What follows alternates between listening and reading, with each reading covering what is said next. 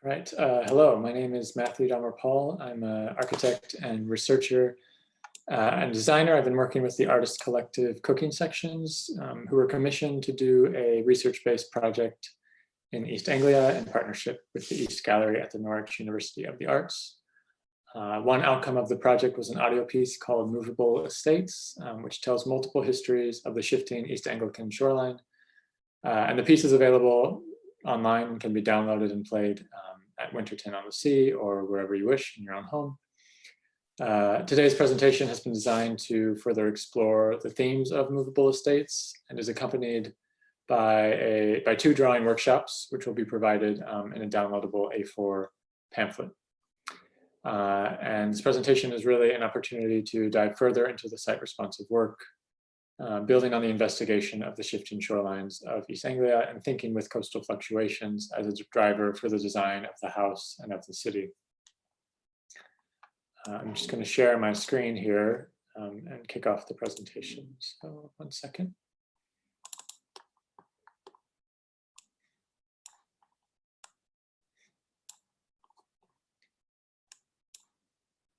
Okay, there's a link to the Movable Estates audio piece there.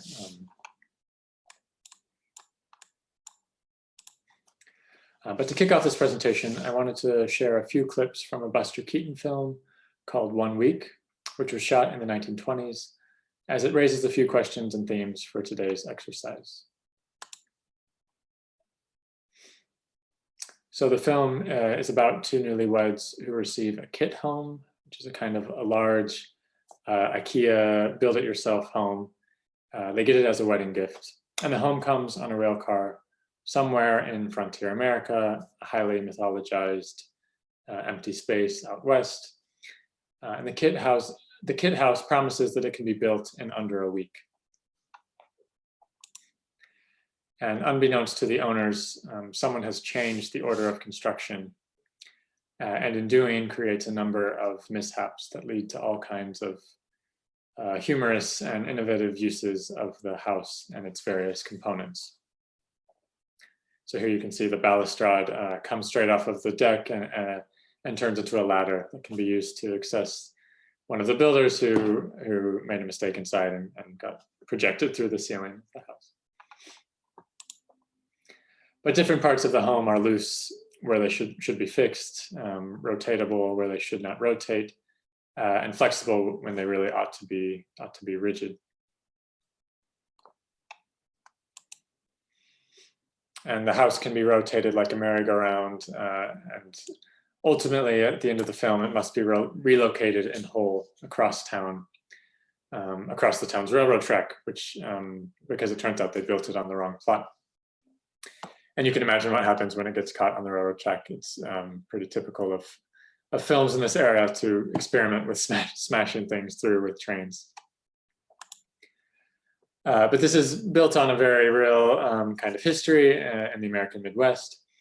In the early 20th century, an expanding rail network brought with it a mail order service from companies like Sears, Roebuck & Co. that could ship so-called kit homes to new homeowners in the country.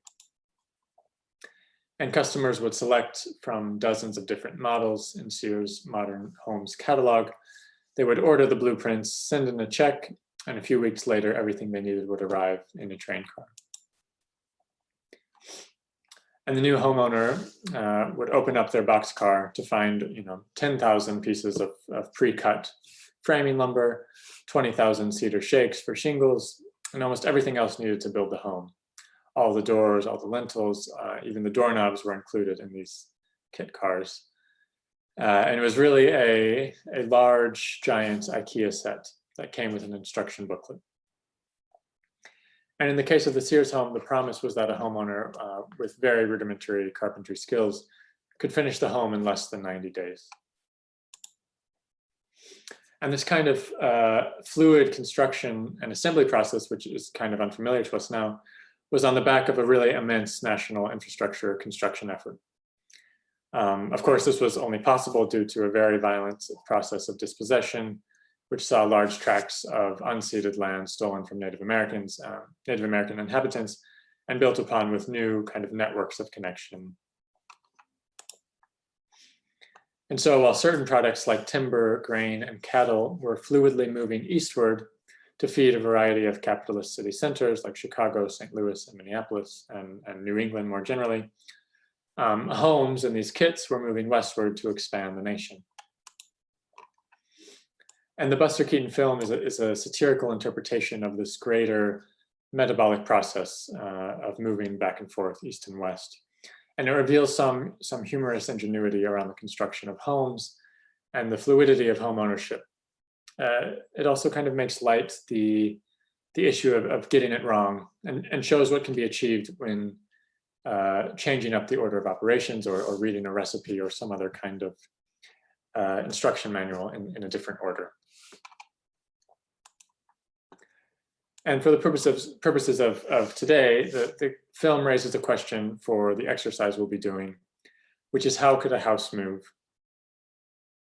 And how can we think about the house typology, which has been told and retold as a kind of natural move towards sedentism or sitting still, as a typology that has enabled or resisted movement historically, and how that might change into the future. So I hope the imperatives of this question are becoming more clear, more urgent as climate breakdown sees so many settlements, long-time settlements, but also recently built settlements, frequently inundated and flooded. And this is due to rising sea levels, but also just generally to the increasing number of natural disasters. So unfortunately, the dominant relationship to the house in particular and property in general is one of fixed or immutable ownership. And what we're seeing is fixed pieces of the surface of the earth held in strict possession by individuals or groups, which means that increasingly disruptive climatic forces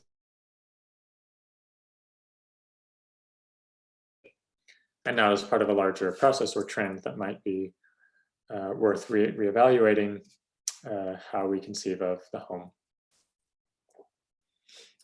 And this is becoming, I've been showing examples. This is an image of a recent flood in the Midwest of America, which again is where I'm from, so it's what I'm most familiar with historically.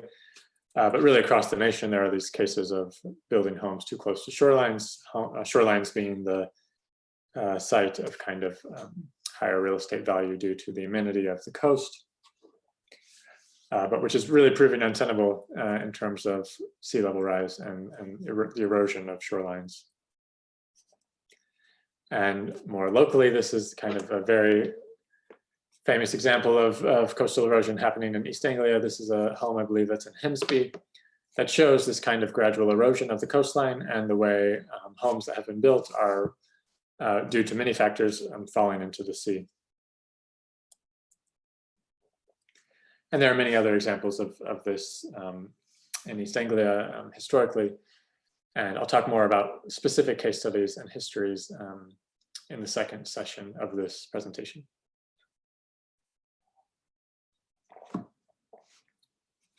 I do want to note, however, there are no shortage of inspiring examples, especially from indigenous and first world nations, of nomadic or semi-nomadic housing. Again, I'm familiar with them in the flat plains of America, but elsewhere around the world, of homes that adapt to the natural flux of the landscape. And while the history of the house is often told as this kind of naturalized progression from the tent to the shack, to the frame, to the first brick house, there are many other ways of living with the landscape that have been beneficial to both the land and the home for millennia. So just a few inspiring examples. This is in the Hamar marshes. These are reed houses built at what is currently the southern Iraq and Iran border. These buildings are all constructed using the reeds of the marshlands to build on floating foundations. And these houses exist despite numerous attempts by various states to drain the wetlands and fix their inhabitants in place.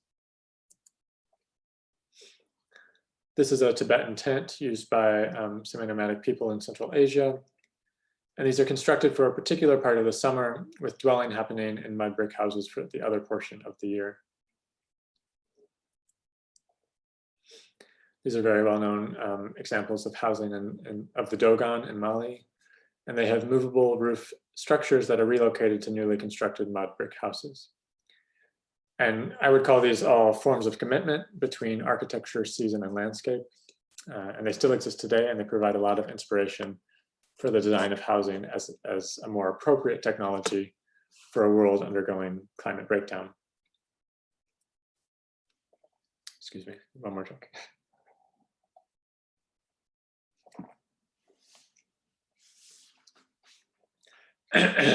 So with these considerations in mind, the purpose of this workshop and presentation is to begin to develop architectural drawing skills that help us to imagine new techniques for moving a very big object or space.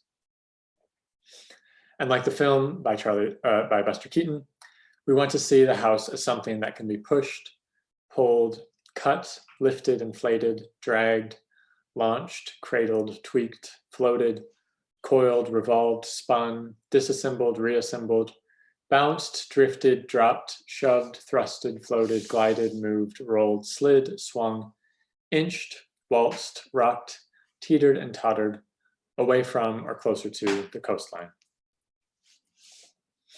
And I just wanted to share a few of images taken from my sketchbook. My personal practice in architectural drawing is really important to my design process. I like to focus on narration and how spaces are experienced in a sequence. I like kind of making abstract diagrams that might be implemented in other spatial configurations, looking at how the construction of the built environment might relate to the scale of the body, or might more appropriately relate to the scale of the body, and then how the built environment relates to context and landscape. And it's always fun, of course, to create fictional scenarios of imaginary spaces and constructions. So in order to develop our thinking about moving houses, we need a basic understanding of the construction and organization of the house and find new ways to open up its spaces and structures in order to transform them. And so to start, we have a drawing exercise to get us thinking differently about the house. And that is the drawing type known as the section cut. So a section cut is one type of architecture drawing that shows a vertical cut or slice transecting an object or building. And actually, it's worth noting that the name of the collective cooking sections is drawn from this drawing type. So the name mentions the section as a kind of projection or an imaginary view. It's one that must be constructed, and it's one that reveals relationships that are otherwise unseen.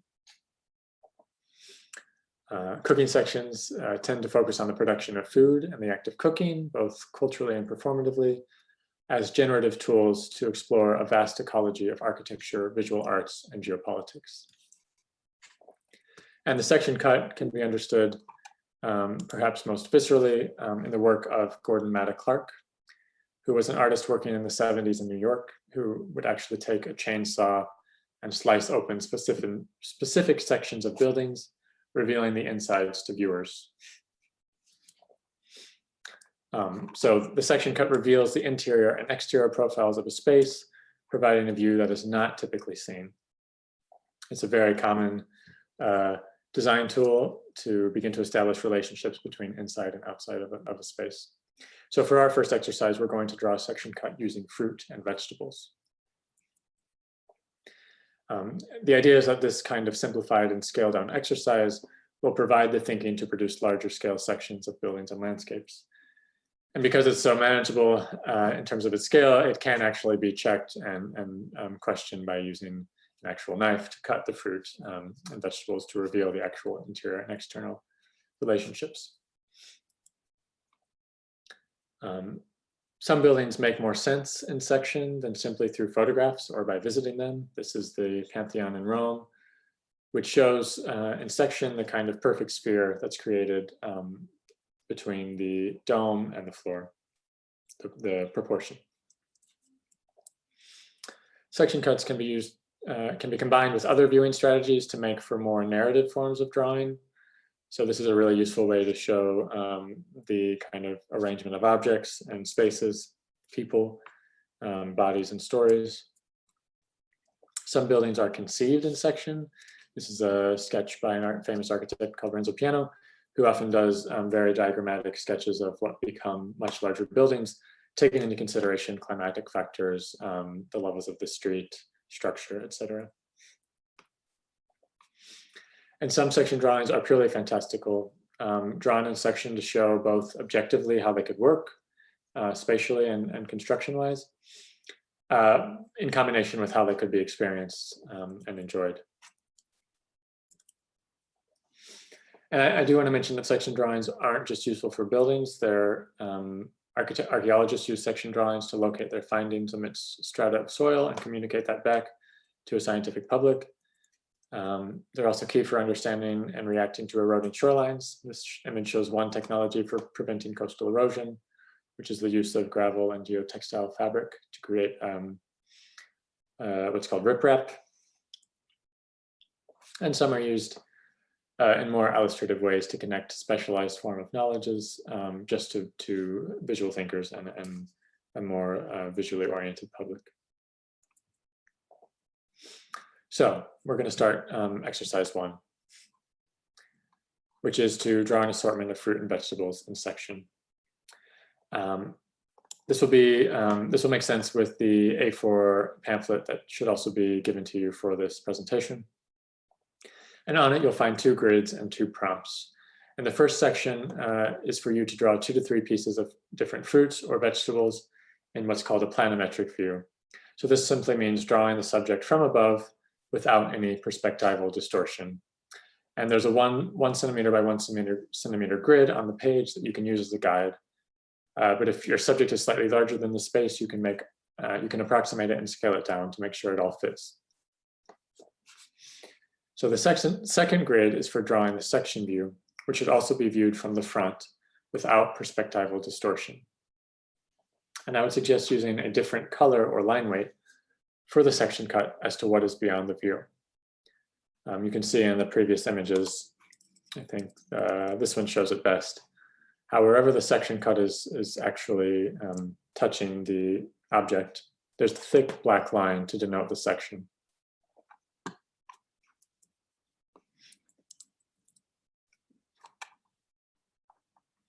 So if you want to do this exercise in a more challenging way, you can draw the section with perspective. It's a bit difficult when the object of inquiry is so small. But typically a section drawing is done either in the process of designing a building or after some documentation has already been done in a more objective orthogonal view, which just simply means without perspective.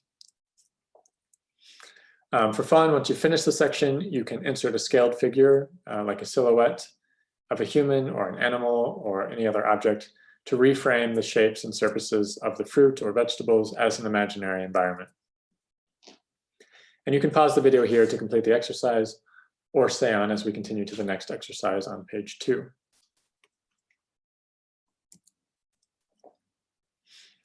As in page 1, page 2 has 2 grids and 2 prompts.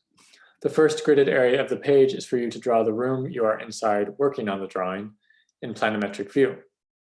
After establishing the largest dimension of the room, you can do this with a tape measure or a laser measure, or just by walking it out and knowing the distance of your step.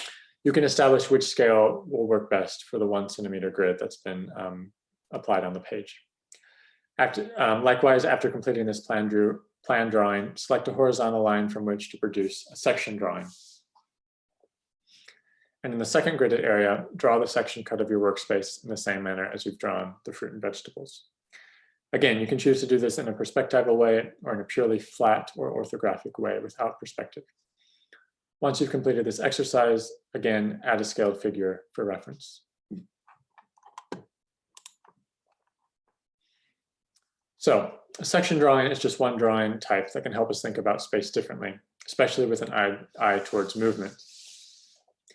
Other types of drawings include disassembly drawings, explodometrics, transparencies, selections, isometric or axonometric views, plan section combinations and section perspectives, some of which we've seen already in this presentation, composite and simultaneous views, and serial vision sections. So in the next presentation, I'll be going through some of the research used to complete the audio piece for movable estates, as well as a speculative drawing exercise for thinking with moving shorelines. So thanks very much, and I'll see you soon.